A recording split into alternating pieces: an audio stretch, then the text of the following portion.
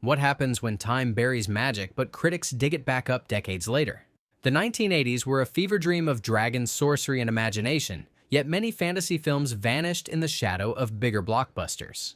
Today, those forgotten worlds are finally being rediscovered, hailed as misunderstood masterpieces that dared too much too soon. So let's journey through 12 forgotten 80s fantasy films that critics finally love. Number 12. Krull, 1983. Krull was supposed to be the next Star Wars, a sweeping fantasy adventure with cosmic ambitions. When it premiered, audiences were confused. Was it science fiction or medieval legend? The story followed Prince Colwyn on a quest to rescue his bride from an intergalactic fortress while wielding a mystical five-bladed weapon known as the glaive. Critics mocked it for being too serious, too strange, too out of time. Behind the scenes, the chaos was real. Production ballooned to over $40 million as Pinewood Studios became a maze of collapsing sets and malfunctioning mechanical creatures. Actors battled heavy armor costumes and script rewrites that changed daily. By its release, Krull flopped hard, vanishing into VHS obscurity, while fans mocked its odd mix of space and swordplay. But something changed decades later. Younger critics began to see what audiences missed in 1983, a fusion of myth and science fiction that predated the space fantasy craze by years. Modern reviews call Krull ambitious, daring, and beautifully tragic. It has become a cult legend beloved by fans of practical effects and grand world building. Once ridiculed, now revered, Krull stands as proof that imagination can survive even the harshest failure. Number 11. Legend, 1985. When Ridley Scott made Legend, he wanted to capture the feeling of a living fairy tale. The result was breathtaking and bewildering. Starring Tom Cruise as a pure-hearted hero and Tim Curry as the monstrous Lord of Darkness, the film plunged viewers into a glowing dreamscape of glittering forests and haunting shadows. Yet critics tore it apart, calling it self-indulgent and incomprehensible. The trouble began long before release. The elaborate forest set at Pinewood Studios burned down midway through filming, forcing massive reshoots. The American and European versions were cut differently, confusing audiences for decades. The Tangerine Dream score replaced Jerry Goldsmith's haunting orchestral version, adding another layer of controversy. When it hit theaters in 1985, it bombed disastrously. But over time, the dream refused to die. Directors from Guillermo del Toro to Neil Gaiman have cited Legend as an influence in fantasy visual storytelling. Restored director's cuts revealed the poetic clarity Scott intended all along. Now, critics hail it as a misunderstood masterpiece of atmosphere and myth. Legend teaches one truth: beauty may fade, but true fantasy never dies. Number 10. The Dark Crystal, 1982. Jim Henson and Frank Oz created The Dark Crystal not as a children's puppet show, but as an ancient fable about power, corruption, and destiny. When it premiered, it terrified families. Gone were the laughs of the Muppet Show, replaced by eerie silence and shadowy mysticism. Audiences expected whimsy but found something far older and stranger. Production was a trial by fire. Every scene required complex animatronics that frequently broke down. The filmmakers endured endless technical failures to bring to life the Skeksis, the Gelflings, and the dying world of Thra. Critics in 1982 dismissed it as too dark, too weird, too slow for kids. Parents avoided it, and box offices went cold. Yet, as the years passed, The Dark Crystal was reborn through cult screenings and academic reappraisal. Modern critics praise its handcrafted artistry and its warning about ecological decay and greed. Netflix's later prequel series reignited interest, turning the original into a revered milestone in fantasy cinema. What once frightened audiences now inspires filmmakers around the world. The Dark Crystal reminds us that true art sometimes needs decades to be understood. Number 9. The Last Unicorn, 1982. When The Last Unicorn premiered, it was dismissed as a fragile relic in an age of roaring blockbusters. Audiences wanted lasers and muscle, but this quiet animated odyssey offered something gentler and infinitely sadder. The story followed a lonely unicorn who discovers she may be the last of her kind. Her journey to find the others becomes a haunting meditation on memory loss and immortality. The film's production was as fragile as its story. Based on Peter S. Beagle's novel, it was animated by the Japanese studio Topcraft, the same team that would later evolve into Studio Ghibli. The transcontinental collaboration was grueling, translators clashed, deadlines broke. The American producers demanded edits to make it more commercial, while the animators insisted on preserving its melancholy beauty. When it finally reached theaters in 1982, it barely made a whisper. Critics dismissed it as too sad for children and too soft for adults. Yet those who truly watched it never forgot the Red Bull's fiery terror or the heartbreaking voice work of Mia Farrow and Christopher Lee. Over time, word of mouth turned into legend. College students and animation scholars began calling it one of the bravest animated fantasies ever made. Modern critics now celebrate The Last Unicorn as a spiritual ancestor of modern fantasy art. Its imagery paved the way for films like Spirited Away and Pan's Labyrinth. Its soundtrack featuring the band America gives it a dreamlike tenderness that no modern film dares to attempt. The Last Unicorn teaches that fantasy is not always about power or victory, but about loss and the courage to remember. What was once ignored is now adored, a fragile myth resurrected. From Time's Shadows. Number 8. Willow, 1988. Willow should have been a triumph. George Lucas produced it. Ron Howard directed it. Warwick Davis starred as a humble farmer turned reluctant hero. Yet when it arrived in 1988, audiences shrugged. Some called it too childish. Others accused it of being a desperate imitation of Star Wars. Critics were even harsher, dismissing it as glossy and soulless. Behind the curtain, it was a battle of egos and ambition. Lucas envisioned an epic saga to rival Tolkien, but budget cuts and technical constraints limited his dream. ILM pushed optical effects to the limit, creating groundbreaking morphing sequences years ahead of their time. The cast endured freezing rain and exhausting reshoots in Welsh landscapes that looked magical on film but miserable in reality. When it hit theaters, it barely broke even. But over the decades, Willow refused to vanish. Fans rediscovered it on home video, and its heartwarming sincerity found new life in midnight screenings. Its charm lay not in spectacle, but in humanity. Warwick Davis brought real vulnerability to a genre usually dominated by invincible heroes. Today, critics finally recognize Willow for what it was, a story about courage born from fear. Its message of kindness and belief in oneself resonates more deeply in a cynical age. Even its practical effects now feel timeless compared to modern digital coldness. Once mocked, now beloved Willow's legacy is one of quiet persistence. It stands as proof that failure can be the first step toward immortality. Number 7. Return to Oz, 1985. When Return to Oz opened, audiences were horrified. This was no Technicolor fairy tale, but a grim nightmare dressed as a children's movie. Dorothy, now played by Fairuza Balk, was locked in a psychiatric hospital before being hurled back into a ruined Emerald City ruled by a headless witch and a stone king. Parents complained. Critics panicked. Disney shelved it after a brief theatrical run.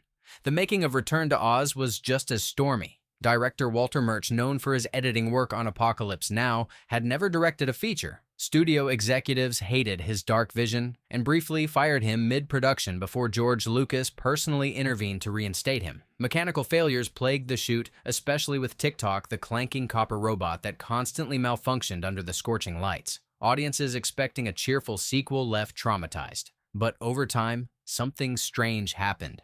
Artists, filmmakers, and fantasy fans began calling Return to Oz a misunderstood masterpiece.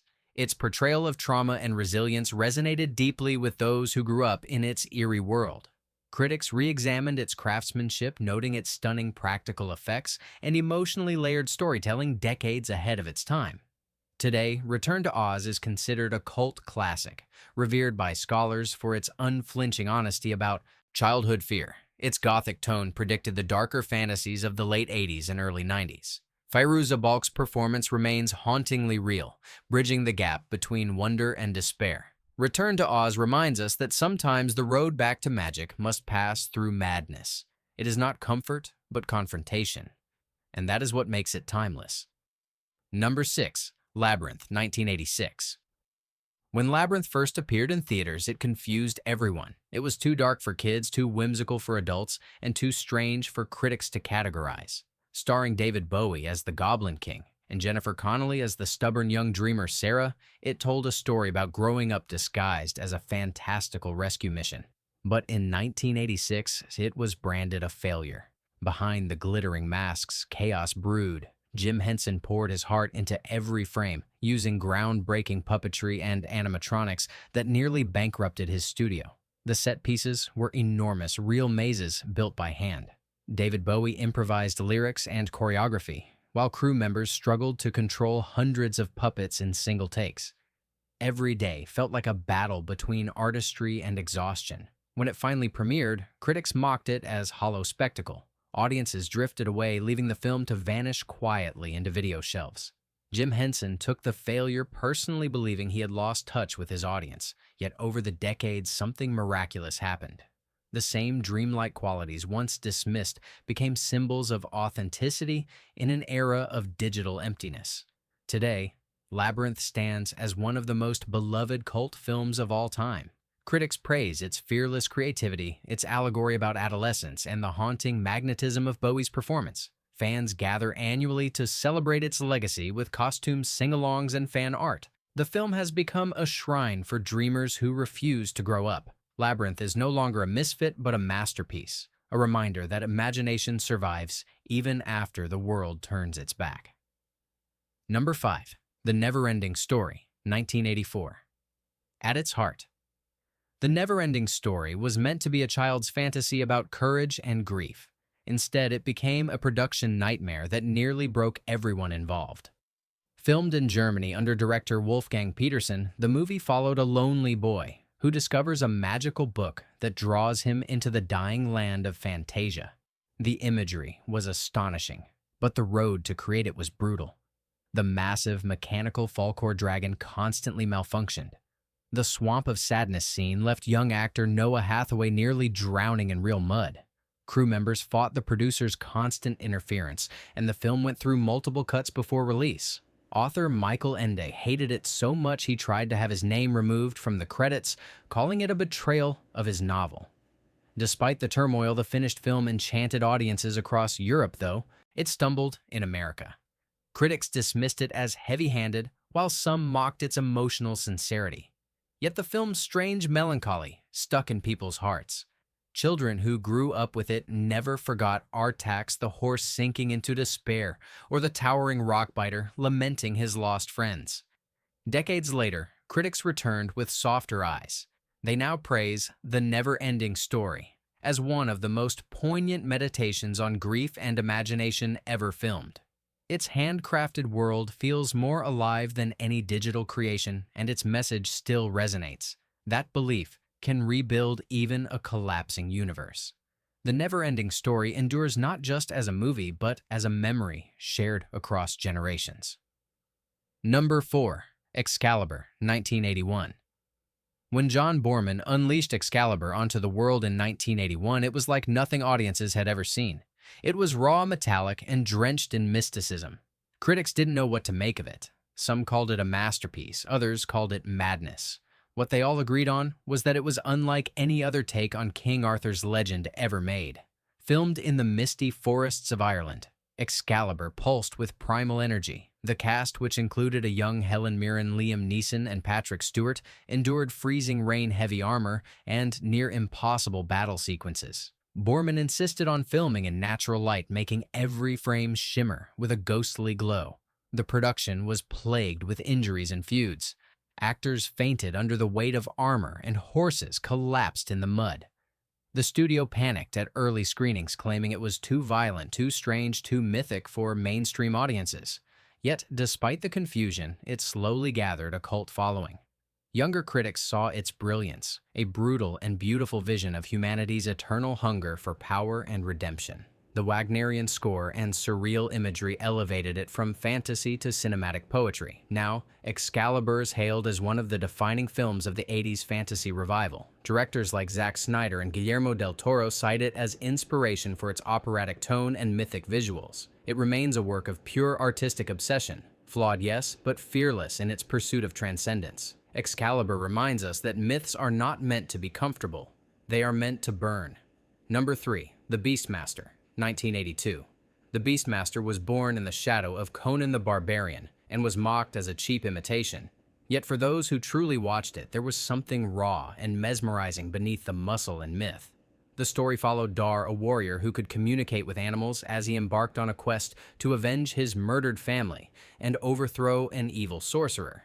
It was pulpy, mystical, and strangely emotional. Director Don Coscarelli fought constant interference from producers who slashed his budget mid-production and demanded more action, less mysticism. Sets were reused from other films. The animal trainers barely kept control of the panther, which was actually a tiger dyed black. Cast and crew endured blistering desert heat while trying to bring to life a vision that was far grander than their means allowed. When it premiered, critics sneered. They called it low-rent sword and sorcery, and audiences turned away in favor of bigger releases. But something unexpected happened when television embraced it. Cable channels began airing the Beastmaster relentlessly through the late 80s and 90s, and it quietly became one of the most replayed movies in TV history. Kids who stumbled upon it late at night found a strange comfort in its wild sincerity. Decades later, modern critics returned to reassess it. They found a film that embodied the spirit of 80s fantasy more than any other, bold, imaginative, and defiantly unpolished. The Beastmaster inspired a generation of filmmakers who grew up believing that sincerity could be more powerful than perfection. Its world of talking eagles and haunted ruins still feels more alive than most modern blockbusters. Once a punchline, now a legend, the Beastmaster roars with newfound dignity. Number 2. Dragonslayer, 1981. When Dragonslayer arrived in 1981, audiences were not ready for a fantasy so grim and grounded. The film told the story of a young sorcerer's apprentice who must slay a dragon terrorizing a medieval kingdom. Instead of glamour or romance, it delivered smoke ash and despair. It was the first fantasy film to treat dragons as both mythic and terrifyingly real. Industrial Light and Magic created the dragon Vermithrax pejorative using revolutionary go-motion effects that stunned even George Lucas. Yet despite the creature's realism, the studio had little faith in the movie. Paramount barely promoted it, fearing its dark tone would repel families. Critics praised its artistry, but audiences stayed away, leaving it to vanish quietly. Behind the scenes, the production was fraught with tension. Filmed across icy Welsh landscapes, the crew struggled with heavy equipment and unpredictable weather. The dragon model constantly malfunctioned, forcing animators to improvise entire sequences. The result was a film that felt alive, with danger and decay. Years later, critics began calling Dragonslayer one of the most underrated fantasy films ever made. Its grim atmosphere and moral complexity predated the darker storytelling of Game of Thrones by decades. Even the visual effects remain astonishingly lifelike 40 years later. Modern audiences now celebrate it as the most realistic dragon film in cinema history. Dragonslayer's rediscovery proves that truth in fantasy often lies not in beauty, but in fear. Number 1. The Adventures of Baron Munchausen, 1988. If one film captures the madness and wonder of forgotten 80s fantasy, it is The Adventures of Baron Munchausen. Directed by Terry Gilliam, it was an explosion of imagination that nearly destroyed everyone who made it. Based on the tall tales of an eccentric nobleman, it mixed war magic and surreal humor in ways that baffled studios and terrified financiers. The production was cursed from the start. Filmed across Italy and Spain, it suffered endless delays, budget overruns, and feuds with Columbia Pictures. Sets were flooded, costumes burned, entire sequences had to be rebuilt after equipment failures. Gilliam clashed with executives who wanted a simpler family film while he chased his dream of a living painting. By the end, the budget had ballooned to nearly $50 million, bankrupting its production company. When it finally premiered, critics admired its spectacle, but audiences ignored it. It became one of the biggest flops of the decade. Yet those who stayed in the theater witnessed something miraculous, a film so bursting with visual poetry that it defied reason itself. It was a dream, filmed by a man at war with reality. Over time, that dream refused to die. Modern critics now hail Baron Munchausen as one of the greatest visual achievements of the 20th century. Its influence can be seen in films from The Fifth Element to Pirates of the Caribbean. What once seemed chaotic now feels visionary. It stands as Terry Gilliam's defiant statement that imagination will always cost too much, but is always worth the price. The Adventures of Baron Munchausen is not just a movie. It is a miracle that survived its own destruction, a fitting crown for the forgotten fantasies of the 80s. These 12 forgotten 80s fantasies were born in chaos, rejected in their time, and reborn in ours. Each carried a spark too bright for its era, and now the spark lights a new generation of dreamers. Which one of these rediscovered worlds haunts you most? Let us know below, and don't forget to like, subscribe, and keep the magic alive.